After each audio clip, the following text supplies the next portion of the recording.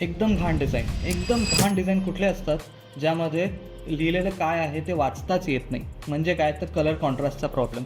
आणि हा कसा नीट चेक करायचा आणि हा कसा सॉल्व्ह करायचा हे मी आता तुम्हाला करून दाखवतो. सगळ्यात आधी जायचे coolers.co ह्या वेबसाईटवरती टूल्समध्ये कलर कॉन्ट्रास्ट चेकर म्हणून एक टूल आहे, त्याच्यावरती करायचे क्लिक. आणि इथे तुम्हाला दिसतं टेक्स्ट कलर आणि बॅकग्राऊंड कलर. इथे तुमचे हेक्स कोड जे असतील ते टाकायचे आणि तुम्हाला खाली स्कोअर देईल. तुमचं काम आहे की इथे 10च्या वर स्कोअर आला पाहिजे. आता समजा इथे मी करून दाखवतो.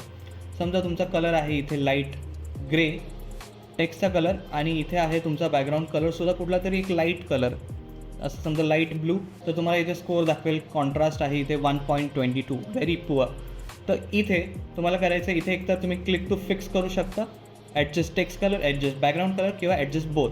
तर इथे आपण ॲडजस्ट बोथ जर केलं तर इथे तुम्हाला कलर चेंज करून दाखवेल. आता हा कलर त्याने ब्लॅक आणि व्हाईट असंच केलं आहे. इथे समजा आपण पुन्हा तसंच करूया. इथे घेऊया थोडासा लाईट कलर आणि इथे घेऊया अजून एखादा लाईट पिंक कलर. आता इथे स्कोअर आहे 1.35. जर इथे तुम्ही क्लिक टू फिक्स केलं, ॲडजस्ट बॅकग्राऊंड केलं तर तुम्हाला इथे तुमचा बॅकग्राऊंड चेंज करून मिळेल. आणि अशा प्रकारे 10च्या वर तुमचा स्कोअर आला. सगळ्यात जास्त स्कोअर आहे 21.